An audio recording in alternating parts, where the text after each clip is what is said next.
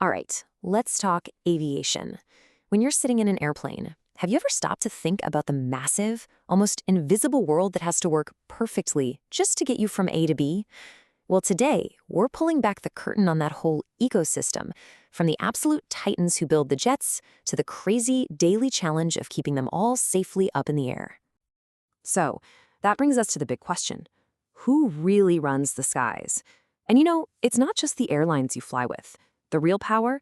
It's in this sprawling network of manufacturers, regulators, and innovators, all of them competing, and sometimes collaborating in this high-stakes global ballet that decides how and even if your flight gets off the ground. So, to really understand this, we're going to break it down into 5 key parts. First, we'll meet the titans who build the planes. Then, we'll look at what they do beyond just passenger jets. After that, we dive into the controlled chaos of modern air traffic, tackle the huge race for sustainability, and finally, we'll get a little glimpse into the future of flight. Okay, first up, the titans of takeoff. In the world of commercial airplanes, there are really 2 names that stand head and shoulders above everyone else, and they pretty much shape how all of us travel by air. And right here you can see these 2 giants, Airbus and Boeing, are on pretty different paths right now. Airbus is pushing for a record-breaking 820 deliveries, and they're framing their entire mission around sustainability. Meanwhile, Boeing, well, after some recent challenges, they're really focused on stabilizing production of their big 787 Dreamliner. That's a large twin-aisle jet, and they're making a huge public push to recommit to safety and quality. This contrast, it really defines the entire market at this very moment. And just to wrap your head around the sheer scale of this stuff, think about this number, 157,000. That is how many people work for Airbus alone. It's a workforce from over 160 countries. That's basically the population of a small city, all dedicated to one thing, building airplanes. But here's the thing. Building those massive passenger jets is just what we happen to see at the airport gate. The true reach of these aerospace giants? It goes way, way beyond commercial travel. Yeah, commercial planes might be the most visible part of their business, but honestly, it's often not even half the story. These are seriously diversified tech companies. We're talking major operations in defense and security, space exploration, private executive jets, and highly specialized helicopters. They aren't just plane makers. They're literally architects of our modern technological world. And just look at how far their tech reaches. You've got Boeing building the core rocket stage that's going to power NASA's return to the moon. You've got the Brazilian manufacturer Embraer partnering up to build advanced naval warships. At the same time, other parts of Embraer are developing electric air taxis for cities and, get this, have been flying crop dusters on biofuel for years. This is the kind of innovation that's happening far away from the commercial spotlight.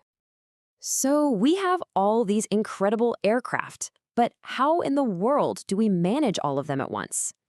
This brings us to the absolutely immense challenge of navigating our modern and very, very crowded skies. To really feel the pressure on the system, let's just look at the raw numbers. On any given day in the United States, the Federal Aviation Administration, the FAA, is handling over 44,000 flights every single day. And all those flights are operating between nearly 20,000 airports across the country. I mean, the scale of this operation is just a constant, high-stakes juggling act that's happening 24/7. But this is where the system can hit some serious turbulence. Now, this isn't a headline from the news. This is a direct quote from the FAA's own website. Political funding issues can directly hit the system, leading to shutdowns and furloughs for critical people, like the air traffic controllers who are trying to manage that staggering volume of flights. And that has immediate, real-world consequences for all of us. Because of staffing challenges, the FAA has actually been forced to order a 10% reduction in flights at 40 of the busiest airports in the country just to keep things safe. For passengers, that means forced schedule changes and thousands of canceled flights. This little snapshot of real-time FAA data just shows how fragile the whole system is. I mean, on any given day, a ground stop can be caused by thunderstorms down in Nashville, or just the sheer volume of planes at Newark, or, as you can see for Dallas, a direct staffing issue. It's a complex system under constant stress from every possible angle. Okay, so in the middle of all these operational headaches, the entire industry is also facing its biggest long-term test, the race to create a sustainable future for flying. A huge piece of that race revolves around this term, sustainable aviation fuel, or SAF, What is it? Well, essentially, it's a biofuel that can directly replace conventional jet fuel, like a drop-in replacement, but with a much, much smaller carbon footprint. And companies like Airbus are betting big on its adoption as a key way to decarbonize. But SAF is just one piece of a much bigger puzzle. The industry is attacking this problem from all sides. It starts with data modeling to even understand the impacts. Then you move to a fundamental energy transition with things like hydrogen and electric flight. Then there's inventing lighter new materials and even improving air traffic management to cut down on the fuel we burn just circling and waiting to land. Every single step is connected.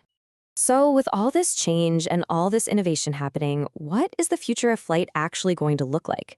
Let's take a peek at what could be coming to an airport near you sooner than you think. First up, your co-pilot might not even be human. Seriously, AI is being developed right now to assist pilots, analyzing just immense amounts of data in real time to suggest safer and more efficient decisions in the cockpit. And the planes themselves? They're about to get radically different. Airbus is pouring a ton of resources into its Zero-E concept. The goal here is to design hydrogen-powered jets that have zero carbon emissions. Think about that. A plane that only emits water vapor. That would fundamentally change everything we know about flying. And your ride to the airport might not even be on a road anymore.